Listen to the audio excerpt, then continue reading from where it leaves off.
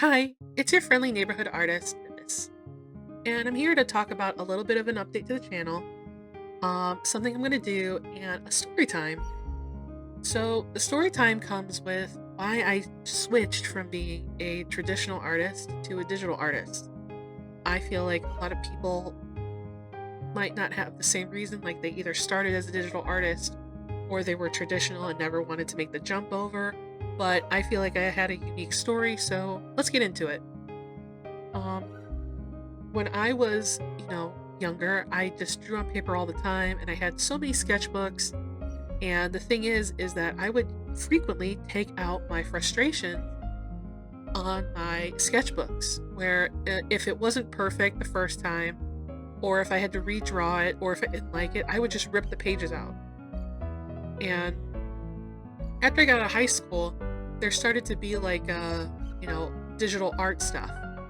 And I was really bad at it where I would like scan my artwork and attempt to do it online. And I didn't even have Photoshop. I had something else.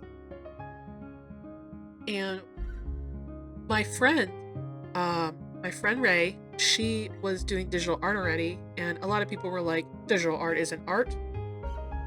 But I always thought, you're still drawing.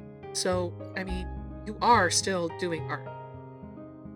And she said, well, I don't waste as much paper as I used to. And, by the time that happened, I was already in college. And I was in college for environmental science. And I didn't really want to continue to rip paper out. And it felt so wasteful to me. Just so wasteful. Just ripping paper out of a sketchbook constantly because I was upset at the way it looked. I stopped having a sketchbook and I started doing digital.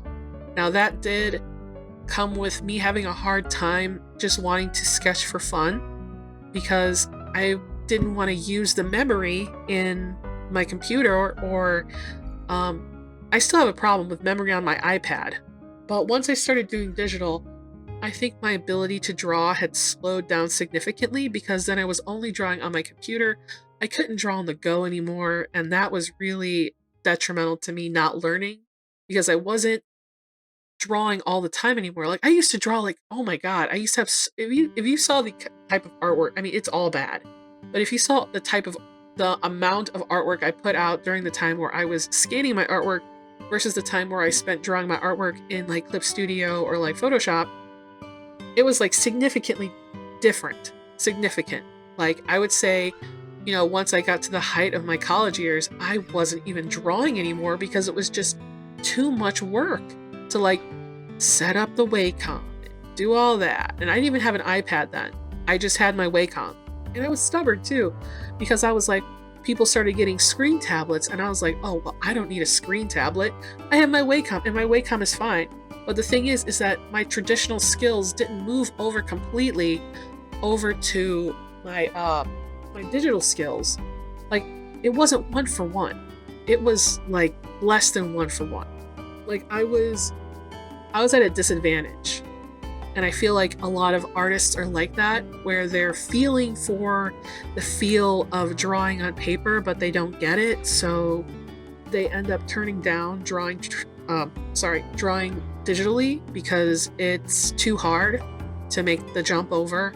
But what did help me was getting a screen tablet.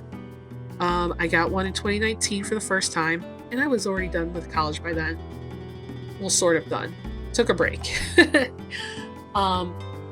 But anyway, I took a break and my husband suggested that I go and check my Best Buy and, just kind of play with the screen tablets. And I was like, nah, I don't need that. I'm too good for a screen tablet.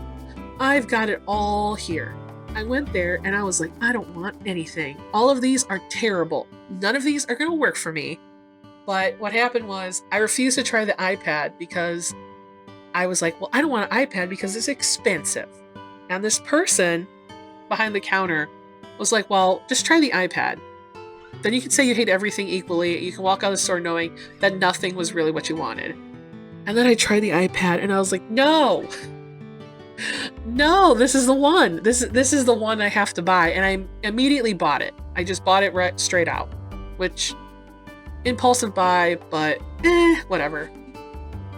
But it was probably the best decision I made because now I can draw like I used to and draw on the go. But the thing is I don't like putting my sketches, the ugly ones, you know, the practice ones.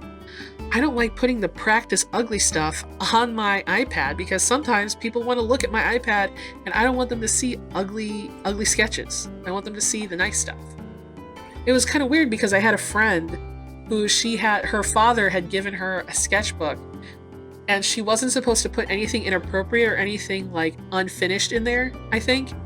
And so because he would actually take her sketchbook and he would show her sketchbook off to like family or friends of the family or people he knew at work, he could, you know, talk about how good she was at art because she is very good. She's always been good. She's always been better than me.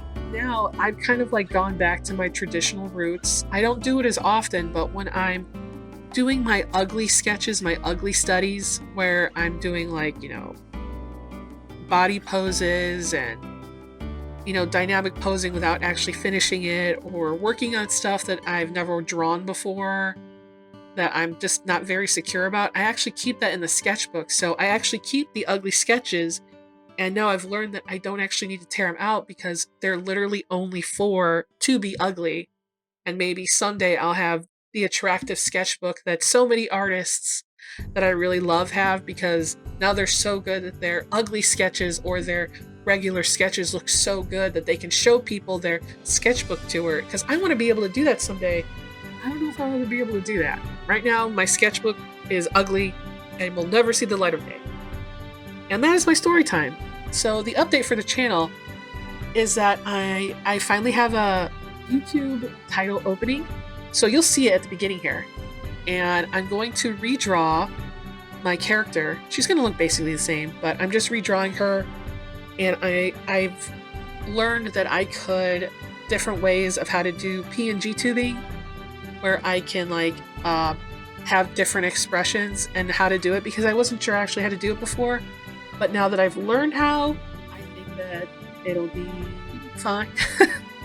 I think it'll be like more like Rogue, the Internet Man, and this person named Karu that I watch, and Duchess Celestia, and like those types where they have different expressions for when they're talking. But I know that I need to make like 6 drawings or 7 drawings, and that might take some time. So hopefully you'll be patient and you will be here for when that starts, the changeover. I still do really like the character talking and just doing the jump part. I really prefer that. But it seems popular to use different expressions for when the character is expressing, like when you're talking. I guess look forward to that. Please subscribe to my channel if you haven't, and share it around if you liked my little story. Also, follow me on Instagram. I really need more people to follow me on Instagram. Look forward to my brush review. I'm going to do the watercolor brushes from Tip Top Brushes. I'm going to do 22 and 23. I'm still working on it because I need a sketch to be able to talk about it. Thanks for hanging out, guys, and have a good afternoon and a good week.